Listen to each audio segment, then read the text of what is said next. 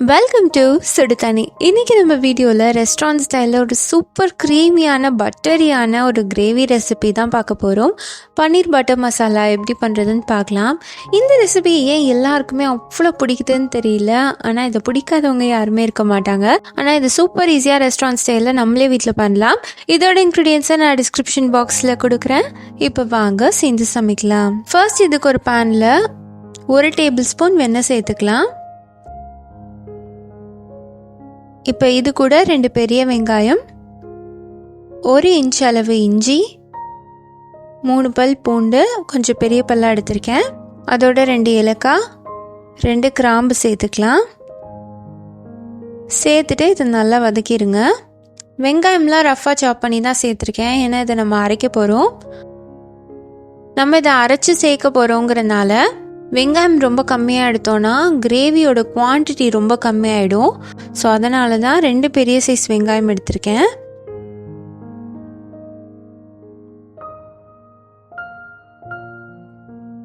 இது வதங்கினதுக்கப்புறமா இதில் 2 தக்காளி சேர்த்துக்கலாம். அதோட 10 முந்திரி பருப்பு சேர்த்துக்கலாம். கூடவே 3/4 டீஸ்பூன் உப்பு சேர்த்துட்டு நல்லா வதக்கி விட்டுருங்க. இந்த தக்காளி நல்லா சாஃப்டாக குக் ஆகணும். ஸோ இதை சாட்டே பண்ணிவிட்டு கொஞ்சமாக தண்ணி சேர்த்து இதை நல்லா வேக விட்டுருங்க.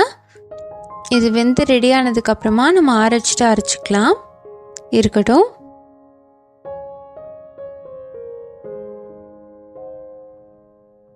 இது ஆல்மோஸ்ட் ரெடி ஆகிடுச்சு. இது நல்லா ஆறட்டும்.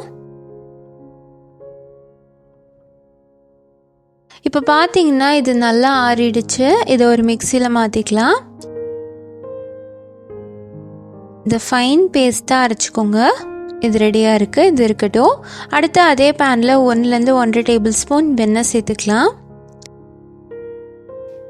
இதில் ஒரு பிரிஞ்சி இலை, 1/4 டீஸ்பூன் மஞ்சள் தூள், 1 டீஸ்பூன் மல்லித்தூள், 1.5லேருந்து 2 டீஸ்பூன் மிளகாய்த்தூள். காரத்துக்கு ஏற்ற மாதிரி நீங்கள் கூட்டவோ குறைக்கவோ செஞ்சுக்கலாம். அடுப்பை சிம்லேயே வச்சுட்டு இது சேருங்க. ரொம்ப ஹீட்டில் சேர்த்திங்கன்னா டக்குன்னு கரிஞ்சு போயிடும்.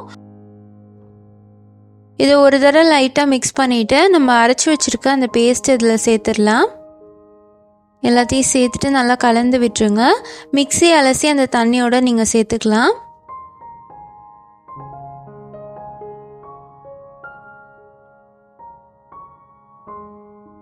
இது நல்லா கொதிக்கட்டும். இப்போ இது கூட 1 டீஸ்பூன் சர்க்கரை, 1/4 கப் ஃப்ரெஷ் க்ரீம் சேர்த்துக்கிறேன். நல்லா திக்காக எடுத்திருக்கேன். கொஞ்சம் தண்ணியாக இருந்துச்சுன்னா 1/2 கப் சேர்த்துக்கோங்க. நல்லா மிக்ஸ் பண்ணிக்கலாம். இப்போ இதில் 150 கிராம் பன்னீர் சேர்த்துக்கிறேன். நல்லா க்யூப்ஸாக கட் பண்ணி சேர்த்துக்கிறேன். பன்னீர் சேர்த்ததுக்கப்புறமா இதை கொஞ்சம் நேரம் கொதிக்க விடுங்க.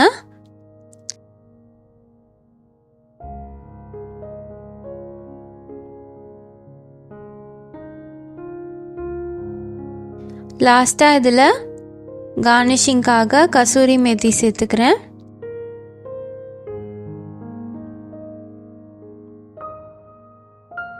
அதோட கொஞ்சமாக க்ரீம் சேர்த்துட்டு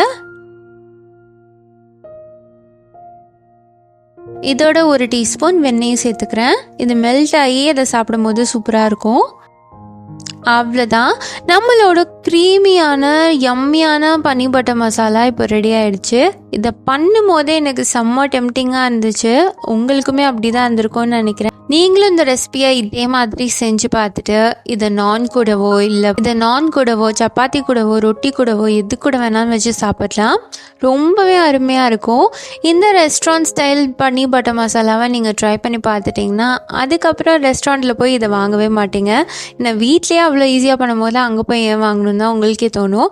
ஸோ கண்டிப்பாக இதை ட்ரை பண்ணிட்டு எப்படி இருந்துச்சுன்னு சொல்லி கமெண்ட்டில் சொல்லுங்கள். இந்த வீடியோ உங்களுக்கு பிடிச்சிருந்தா லைக் பண்ணுங்கள். சுடுதண்ணி சேனலை சப்ஸ்கிரைப் பண்ணுங்கள். தேங்க்யூ.